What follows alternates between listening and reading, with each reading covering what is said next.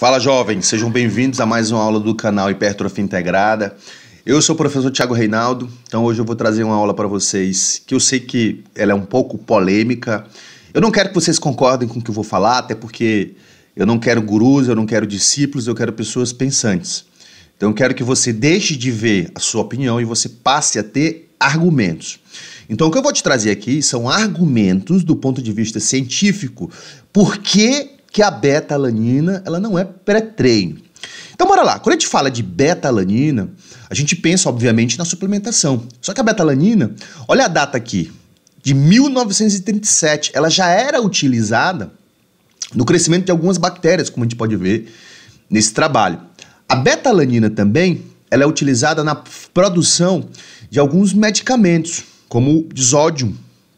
O palmidonato aqui é disódio, que ele é utilizado aqui em pessoas que sofrem de hipercalcificação induzida por tumor. A beta-alanina, comumente conhecida, que é a beta-alanina que a gente pensa na suplementação, que é vendida em lojas de suplemento, ela tem outro intuito. E a primeira pergunta que a gente pensa é, por que o nome do suplemento é beta-alanina? E aí a gente vai lembrar da química. Tudo tem base na química ou na bioquímica. Por exemplo, toda vez que a gente vê uma letra D ou uma letra L na frente dos aminoácidos, por exemplo, L-arginina, L-citrulina, L-carnitina. De onde que vem aquele L? Aquele L significa que aquelas estruturas, aqueles aminoácidos, eles sofrem o que a gente chama de isomerização. Então, quando tem o L, significa que eles são levógeros. Quando tem a letra D, significa que eles são destrógenos. Por exemplo, você conhece a D-ribose, a D-glicose. Então, aquele D significa uma reação de isomerização. Aqui, conceitualmente, por que a gente chama de beta-alanina? Porque o grupo nitrogenado aqui, ó, a gente observa que está presente no segundo carbono. Se tivesse presente no primeiro carbono, seria uma alfa-alanina. Como está presente no segundo carbono, a gente chama beta-alanina. Então a gente já viu por que o nome do suplemento é beta-alanina, por conta do grupo nitrogenado que está no segundo carbono, e o segundo carbono a gente chama de carbono beta. Beleza, mas o que é a beta-alanina? A beta-alanina, gente, aqui a gente pode ver, ó, eu tenho uma enzima, então geralmente quando terminar com ase, significa enzima. Então eu tenho uma enzima carnosina sintetase, que ela vai fazer o seguinte. Você observa aqui, ó, que as setas estão para um lado e para o outro, ou seja, são reações irreversíveis. Logo, a gente chama aqui na química, ou na bioquímica, o ΔG ele é positivo ou igual a zero. A gente não vai entrar nesse detalhe, mas para a gente entender que essa reação ela vai e ela volta. Ou seja, a beta-alanina, quando eu uso a beta-alanina ela se junta com um aminoácido presente no corpo humano, que é a histidina, formando a carnosina. Então, a carnosina é um dipeptídeo. O que é um dipeptídeo? São dois peptídeos. Então, um peptídeo é a beta-alanina e o outro é a histidina, formando dois, que a gente chama de bipeptídeo. A carnosina é ela que faz a mágica. Então, de cara, você usa a beta-alanina em si não faz nada. A beta-alanina aumenta a quantidade de carnosina. Então, primeira informação importante para você. Quando você vai na loja de suplemento e você diz assim, olha, cara, me dá uma beta-alanina. A beta-alanina em si não serve para nada. Agora, quando você toma a beta-alanina, ela aumenta a quantidade de carnosina. Então, quem faz a mágica no negócio é a carnosina. E aí você pode se pensar, tá, professor, como que a carnosina faz a mágica? Olha para cá. Aqui a gente tem mecanismo de tamponamento. Aqui eu tenho a fibra muscular. Então a gente percebe que aqui eu tenho dentro da fibra. E eu tenho esses H+, aqui, ó, que são os íons ou os prótons de hidrogênio. E olha que engraçado. Aqui a gente tem os H+ dentro do músculo. Aqui a gente tem os H+ dentro do músculo, só que eles saem para fora do músculo, por canais sódio dependente. Ou seja, olha que informação importante. A beta-alanina ela vai atuar onde? Dentro do músculo. Quem que é um poderoso tampão extracelular, ou seja, fora da célula? O bicarbonato de sódio, que você compra aí nos supermercados. Ele tampona, ele rouba prótons, e aí a gente não vai discutir isso agora, mas ele rouba os prótons que estão fora da célula. Então existe uma enzima chamada anidrase carbônica, ela não está aqui nessa figura, mas o que ela faz? Ela junta aqui o bicarbonato de sódio com o próton de hidrogênio e isso se dissocia, né, um ácido forte em ambiente neutro, ele se dissocia formando CO2 e água. Isso é um mecanismo de tamponamento do bicarbonato. Aí você pensa, como que a beta-alanina ou a carnosina, né, aqui está a estrutura da carnosina dentro do músculo, como que ela vai gerar um tamponamento? Ela tem na sua estrutura o que a gente chama de um anel amidazol, que é esse cara aqui, ó, um NH com esse outro NH ligado nesse outro carbono aqui. Esse NH aqui, ele funciona como se fosse um ímã para o próton de hidrogênio. Então toda vez que tem um próton de hidrogênio livre, ele pega esse próton de hidrogênio. E qual que é a importância dele pegar esse próton de hidrogênio? A gente vai lembrar que a gente tem o que a gente chama de pH, que pH significa potencial de hidrogenação. Então o corpo humano ele funciona dentro de um pH padrão, que geralmente varia entre 7,3 e 7,4. No músculo, durante o exercício, esse pH ele pode chegar até 6,9. Aí você pensa, poxa professor, mas de 7,3 para 6,9 é muito pouco. Cuidado! O pH ele está baseado numa escala que a gente chama de pH de log a menos 10. Então, se você pegar lá o livro de bioquímica, você vai ver que lá no nomezinho pH vai ter um tracinho de negativo, menos 10. O que significa? Que aquela escala, ela não é numeral, ela é logarítmica. Ou seja, o que significa? Toda vez que variar um número, toda vez que o pH sair de 7,3 de 7,4 para 7,3, ele não variou uma vez, ele variou 10 vezes. Então, daí você já imagina, olha o que esse tal de exercício faz com o músculo. Olha a quantidade de vezes que ele consegue variar o pH. Se ele sai de 7,4 para 6,9, imagina a cacetada que não é de estresse que o músculo sofre. Por isso que aparecem esses caras aqui, ó. E aí você pode se perguntar, tá, Thiago, de onde que vem esses caras? Vem lá durante o exercício, lá durante a via glicogenolítica. E aí a gente já sabe que desde 2004 a gente tenta explicar esse processo e até hoje, em 2022, muita gente não entendeu. Então olha que interessante, quando você começa a fazer musculação lá que você vai treinar lá um supino, um agachamento, a intensidade do exercício vai ser muito grande, então você não vai conseguir produzir energia a partir do substrato gordura. Você também não vai conseguir produzir energia a partir da creatina ou fosfato. Então olha que legal. A creatina que você ingere lá na loja de suplementação, que você compra na loja de suplementação, ela também não serve para muita coisa. Agora, quando você usa a creatina, o que ela faz? Ela aumenta a quantidade de creatinofosfato. E a creatinofosfato, ela ressintetiza esse cara aqui, ó, o ATP com mais facilidade. Então olha que dado legal. Quando você começa a fazer exercício, na primeira reação, eu tenho uma enzima chamada exoquinase. Exo, por quê? Ela vai hidrolisar, né? Quinase, perdão. Por que quinase? Porque ela vai brincar com ATP. Exo, lembra aqui que o Brasil vai tentar ser hexacampeão. Ou seja, o que significa hexa? 6. Hexa por quê? Porque a glicose, ela tem quantos carbonos? 6. C6H12 é o 6. Então, é uma enzima que vai jogar ATP de um lado para o outro na molécula que tem 6 carbonos. E olha que legal. A primeira reação de glicose a glicose 6-fosfato, o que é que eu vou ter? Eu vou ter um fosfato, obviamente, que foi jogado no carbono 6, virando glicose 6-fosfato. Eu tenho um ADP e olha quem que aparece aqui. Olha o miseravão aqui, ó. Olha aqui o Majin Buu tentando destruir o Goku. Olha o miseravão aqui. Um próton de hidrogênio. Gente, bem aqui, no canal a gente já tem outras aulas que eu explico a formação do lactato. Bem aqui a gente já quebra muita besteira que as pessoas falam na sala de musculação, dizendo que o ácido lático causa fadiga ou que o lactato causa fadiga. Gente, prestem atenção numa coisa. A primeira reação da via glicogenolítica, da via glicolítica, eu já tenho próton de hidrogênio. Ou seja, eu te pergunto aqui, você está vendo algum NAD que transporta esse cara? Só vai aparecer na quinta reação. Você já está vendo algum lactato aqui nessa reação? Não. Quando eu tenho uma molécula de glicose passando pela via glicolítica, essa glicose veio da onde? O que a gente come antes de passar lá de musculação com o objetivo de aumentar o glicogênio? Os carboidratos, que são formados por quem? Glicose. Então, quando você tem o glicogênio lá que é quebrado, que é hidrolisado durante o exercício, cada polímero de glicogênio, cada partícula de glicogênio, você sabe quantas glicoses tem? 20 mil. Ou seja, jovens, respirem. O que eu quero te dizer com isso? Isso aqui é para cada uma glicose que entra na via. Se você faz aquele leg press pesado, aquele supinão, aquele agachamento que você falta morrer na última repetição, jovem, é glicose pra cacete que é quebrada na via glicolítica. O que é que isso significa, jovem mamífero e jovem mamífera? Esse cara aqui vai aparecer milhares e milhares e milhares de vezes. Bem aqui eu já te digo o seguinte, a primeira reação da via glicolítica já gera estresse metabólico, já gera acidose metabólica. Entende por que eu falo que uma coisa é formar próton de hidrogênio, outra coisa é ter formação de lactato? Essas coisas não estão associadas, uma coisa não tem nada a ver com a outra.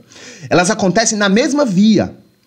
Só que muito antes de eu saber quem já acha lactato, pior ainda, quem é ácido lático, já tem próton de hidrogênio na via.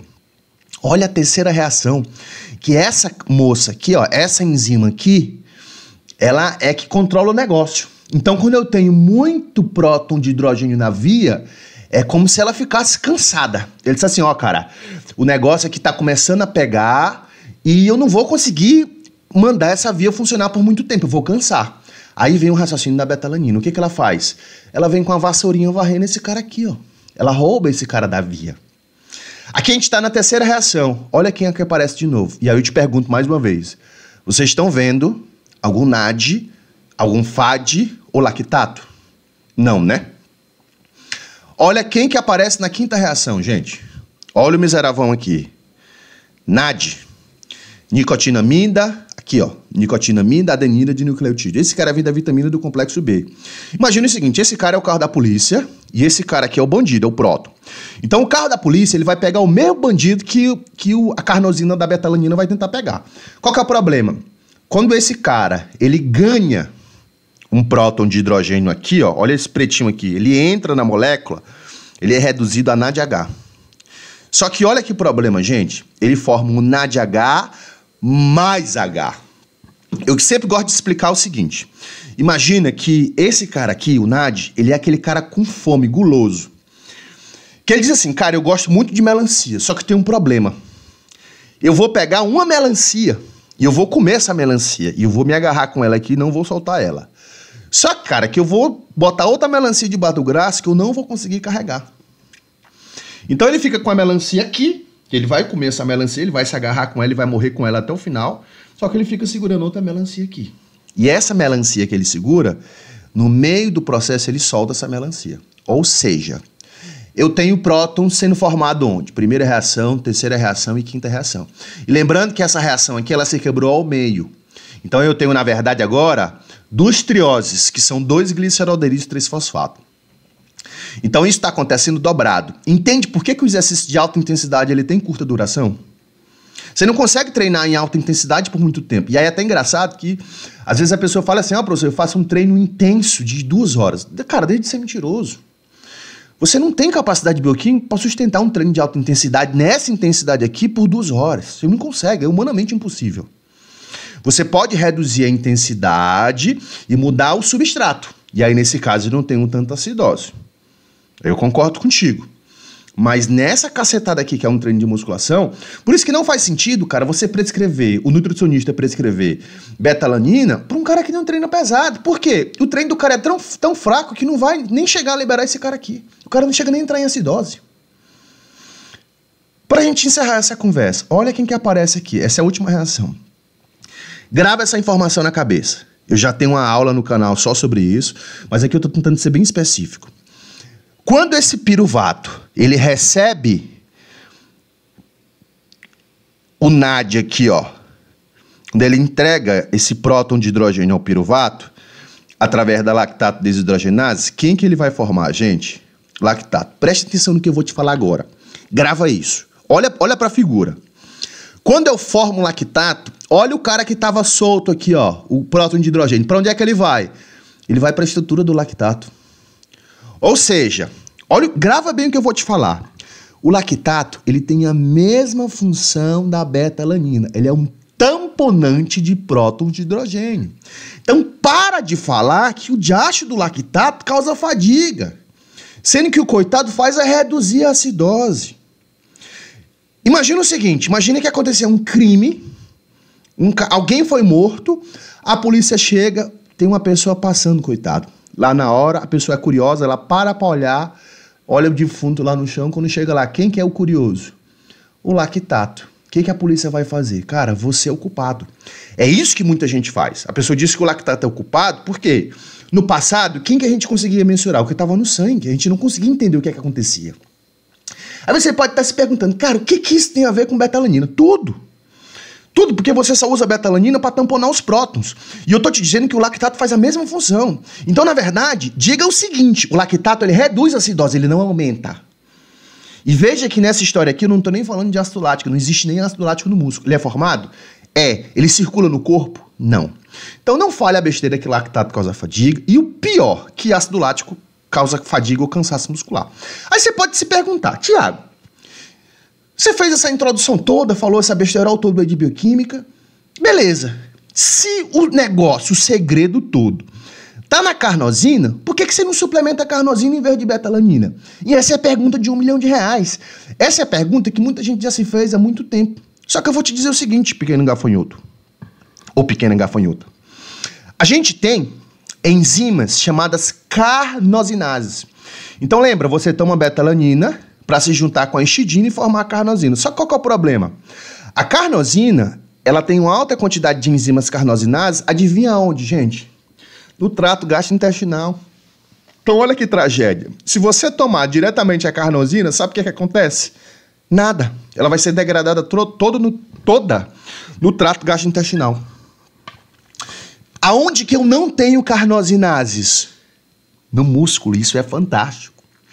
Por que isso é fantástico? Porque você toma betalanina para se juntar com a histidina e para chegar no músculo, ela se transformar em carnosina. Ou eu tentar preservar essa carnosina no músculo a maior quantidade possível. E essa carnosina lá naquele anel amidazol roubar prótons. Então por que você não usa carnosina direto? Porque ela é degradada no trato gastrointestinal. Essa mesma ideia fizeram no passado, perguntando o seguinte, olha, por que você não suplementa NAD? Já que os NADs, as coenzimas, transportam os prótons de hidrogênio. Pelo simples motivo, se você suplementar NAD, não acontece nada. Não acontece NAD. Porque o NAD também é degradado no trato gastrointestinal. Então a gente tem um desafio, que é fazer com que alguns aminoácidos suportem a acidez ou a hidrólise que o processo gastrointestinal, o trânsito gastrointestinal, ele sofre nesse aminoácido, ele causa nesse aminoácido. E a carnosina tem essa característica. Então, beleza. Aí você pode se pensar, tá, Tiago, eu sei que essas carnosinases estão presentes no trato gastrointestinal, então já foi descartada essa hipótese. Só que você falou o seguinte, você falou que a betalanina, ela é a fusão, lembra lá do Dragon Ball? Ela é a fusão da betalanina com a histidina que forma a carnosina. A carnosina eu já dispensei. Não dá para tomar carnosina porque ela é degradada no trato gastrointestinal pelas carnosinases. Por que tu não suplementa histidina? Já que, se eu tiver mais histidina, por exemplo, se junta com a betalanina e pode formar a carnosina. E eu vou te responder de uma simples forma. Olha, e aí é a pergunta de R$1 milhão também. Então a primeira possibilidade a gente viu que carnosina não faz muito sentido. Beleza, por que eu não boto histidina então? E aí eu sempre brinco, até uma piada com um colega meu disse que é uma piada bosta, uma piada sem graça, mas eu tenho certeza que você vai lembrar a partir de agora, porque a Micaele mente. Aí você deve estar pensando, o que esse cara quer dizer, esse cara é louco, o que tem a ver o cara falar de bioquímica e aí do nada o cara traz a Android número 18, eu sei que o nome dela não é Micaele, mas a aula é minha, eu boto o nome que eu quiser, e a Micaele mente. Eu te digo o seguinte, o que é Micaele mente? Micaele mente é um termo, na verdade, é uma ideia, é um conceito muito complexo dentro da química, desses dois cidadãos aqui. Leonor Michaelis e Leonora mentem. Eles juntos desenvolveram o que a gente chama de curva de cinética enzimática, da relação de substrato e produto. É um dos conceitos mais importantes que a gente tem dentro da área da química, que a gente chama de lei de Michaelis-Menten. O que isso tem a ver com a betalanina?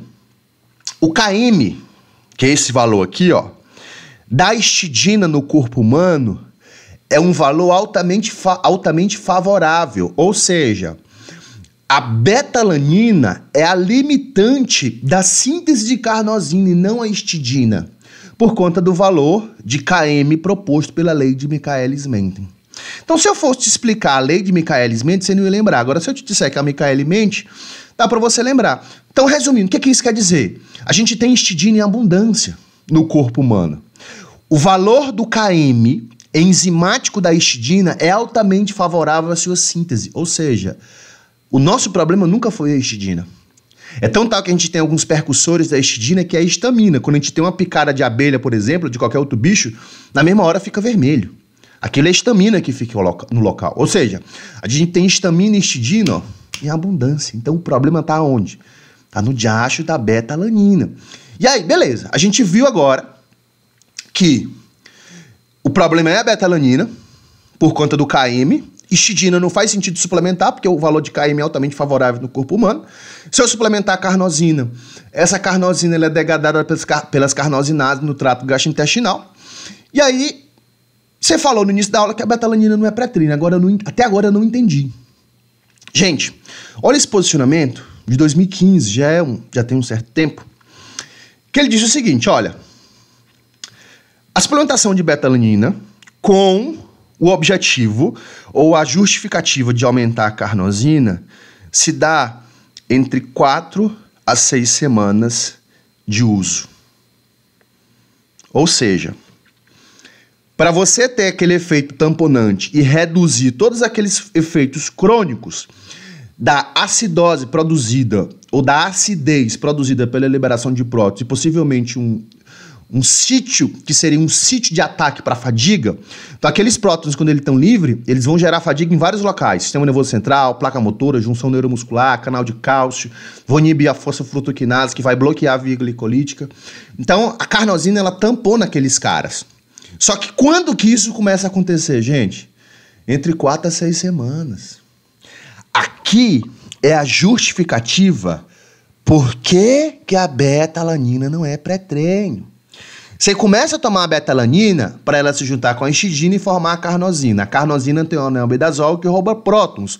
O roubo de prótons reduz a acidose. Redução de acidose aumenta a performance. Beleza. Em quanto tempo isso acontece? Entre 4 e 6 semanas. Ou seja, pequenos mamíferos e pequenos gafanhotos. A beta-alanina, o seu uso é crônico, não é agudo. Ou seja, não é eu tomei agora e eu já senti o suplemento bater, como muita gente fala. E aí você pode pensar, tá, Thiago, mas por que o pessoal diz assim que o suplemento bateu, que dá aquela coceira? Beleza, bora discutir isso. Esse efeito da coceira, gente, ele é um efeito, digamos, um efeito colateral ou um efeito adverso. A beta-alanina, quando ela chega em alguns locais, principalmente nesse receptorzinho aqui, ó, MRGDPD, ele é um receptor em terminações nervosas. Então esse cara aqui, quando ele é ativado, ele vai gerar uma certa vasodilatação local ou periférica. Isso gera uma sensação de coceira, ou que a gente chama de parestesia. Aonde que eu sinto muito isso? Membros, braços, pescoço, nuca e tronco. Geralmente, se você já tomou, você sente a orelha esquentar, pegar fogo. E aí a pessoa diz assim, nossa, o suplemento bateu, tá batendo pré-treino. Aí eu me paro e penso, porra, se o intuito de tomar beta-alanina é aumentar a carnosina, então o efeito que você está sentindo não tem nada a ver com a carnosina. É um efeito por conta da ativação dos receptores MRGDPRD. Tá, Thiago, e aí é aquela coisa. E é o que eu sempre digo. Eu não quero te catequizar. Eu não quero que você concorde com o que eu falo. E é uma coisa que eu sempre boto na tecla. Cara, a variável em questão é o treino. Você toma beta-alanina para melhorar teu treino. Às vezes, o que pode acontecer? Não seja chato, não seja aquela pessoa chata, diz assim, olha, não funciona, não dá certo. Pensa o seguinte, se a pessoa toma beta-alanina, mesmo não tendo tempo ainda de aumentar a carnosina, que a gente viu que é de 4 a 6 semanas, mas aquela coceira que ela sente, aquela parestesia, dá um gás para ela treinar, cara, deixa no pré-treino. Mesmo sabendo que fisiologicamente você pode tomar beta-alanina em qualquer horário. Não faz diferença. E aí é o que eu falo de você ser ético, de você ter bom senso. O fato do meu ponto de vista, por exemplo, na verdade não seria nem do meu ponto de vista, do que os artigos falam, que a beta-alanina não é pré-treino, beleza. Fisiologicamente você pode tomar ela de manhã, você pode tomar ela de tarde, você pode tomar ela de noite. Não existe nenhum horário para tomar beta-alanina. Pode tomar qualquer horário. Por isso que ela não é pré-treino. O seu uso ele é crônico. Só que, porém, contudo, todavia, entretanto, pode ser que você tenha algum aluno, algum cliente, você que trabalha em loja de suplementação, você que é nutricionista, você que é treinador, você diga assim, não, cara, eu tomo no pré-treino porque aquela coceira me dá um up, tudo bem. Vida que segue. Não vai ser aquele cara chato de tentar catequizar a pessoa. Conhecimento, gente, a informação a gente entrega para a pessoa, como eu estou entregando para vocês. E a partir da obtenção desse conhecimento, você escolhe o que você vai fazer com isso. Olha que dado interessante para a gente fechar a nossa conversa, que eu já falei muita besteira. O conteúdo de carnosina, gente, ele aumenta de acordo com o treinamento. Então, olha que legal. Mesmo que você não tome betalanina, a quantidade de carnosina ela vai aumentar na fibra muscular. E aqui a gente tem a fibra muscular, né, o vasto lateral de bodybuilders. Olha a quantidade de carnosina por milimol, por quilo. E olha a quantidade de carnosina no cara que é destreinado. Obviamente que um cara desse aqui, ele tem os mecanismos de tamponamento muito mais eficientes. Ele consegue utilizar o lactato como fonte de energia muito mais fácil do que um cara que é destreinado. Então, o próprio treino aumenta a quantidade de carnosina. Quem tem mais fibra tipo 2 vai ter mais carnosina do que quem tem mais fibra tipo 1. Homem tem mais carnosina do que mulher. Então vai ter várias variáveis que vão influenciar da pessoa ter mais carnosina ou não. Então, resumo. A betalanina, a carnosina, na verdade, ela tem ação intracelular. As doses médias aqui, 3 a 6 gramas todos os dias, tá? O uso é crônico. Geralmente se recomenda consumir com água e com carboidratos, de preferência, né? Por conta do efeito insulinotrópico. Aqui tem pesquisadores que defendem essa ideia, tem pesquisadores que não defendem.